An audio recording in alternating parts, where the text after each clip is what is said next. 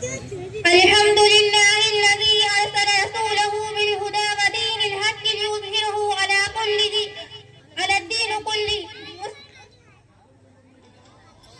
الحمد لله الذي أرسل رسوله بالهدى ودين الكل.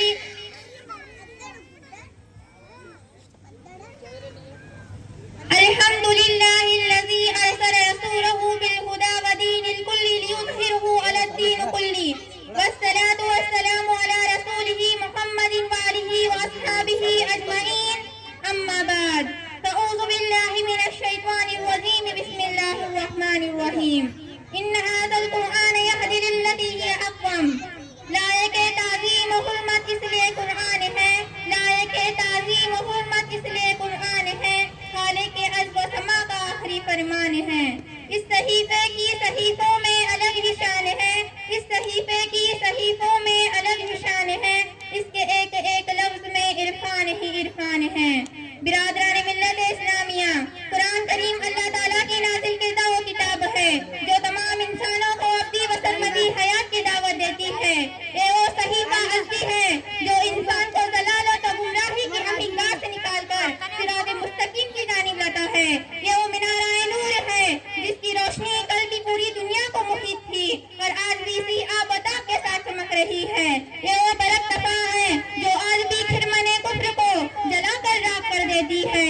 یہ وہ انقلاب آفر کتاب ہے جس نے پوری دنیا کے اندر ایسا انقلاب اور زلزلہ پیدا کر دیا جس کے جھٹکے آج بھی تیزی کے ساتھ محسوس کیے جا رہے ہیں، جس نے عرب جیسی شکی پتھر تابہ پرست اور ضدی قوم کے قلوب کو چند ایام میں اس طرح پلٹ کر رکھ دیا کہ وہ قوم جو مذہب اسلام کا مذاق اڑاتی تھی، قرآن کا استہزاء کرتی تھی، یتیم عبداللہ جگر گوشہ آمینہ احمد مصطفیٰ صلی اللہ علیہ وسلم کو کبھی شاعر، کبھی مجنون، کبھی پاگل اور کبھی ساحر و کاہن جیسے برے القاب سے پکارتی تھی. قرآن انقلاب کے بعد مذہب اسلام کی پیرو نظر آ رہی ہے، دین و متین کی شودائی نظر آ رہی ہے، مکی و مدنی تاجدار صلی اللہ علیہ وسلم کی پکی سچی نظر آ رہی ہے، قرآنی تعلیمات پر اپنے کو قربان کرتی نظر آ رہی ہے.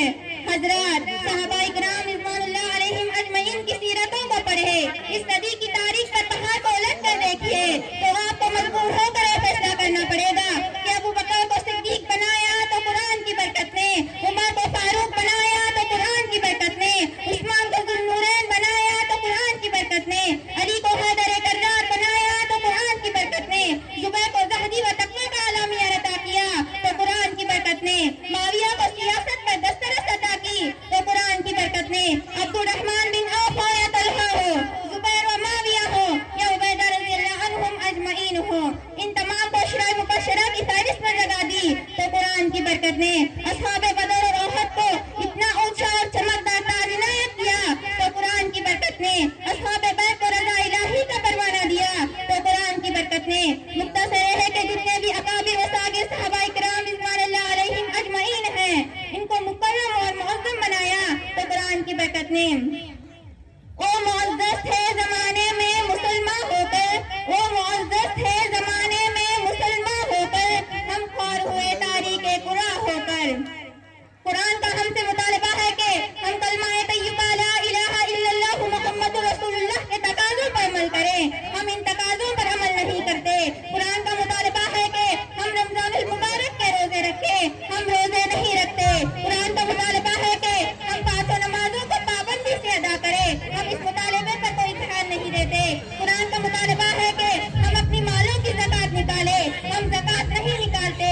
قرآن کا مطالبہ ہے کہ ہم آپس میں احتیاط و اتفاق کا ماحول پیدا کریں، ہم نہ اتفاقی پر تلے ہوئے ہیں. قرآن کا مطالبہ ہے کہ ہم ماں باپ، بھائی بہن، اولاد اور رشتہ دار اور پڑوسیوں کے حقوق کو سمجھیں اور ان کی ادائی کریں.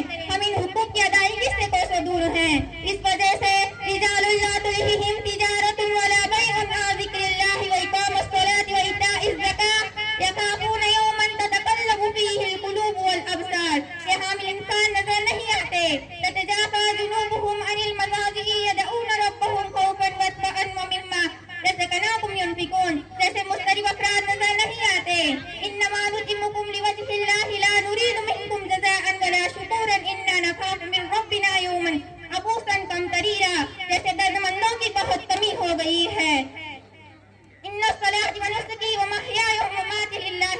العالمین. جیسے مخلص ناپید ہو گئے. محترم حضرات، یہ کتاب کوئی پرمیشور کی اتاری ہوئی ہو سکتی ہے جو لوگ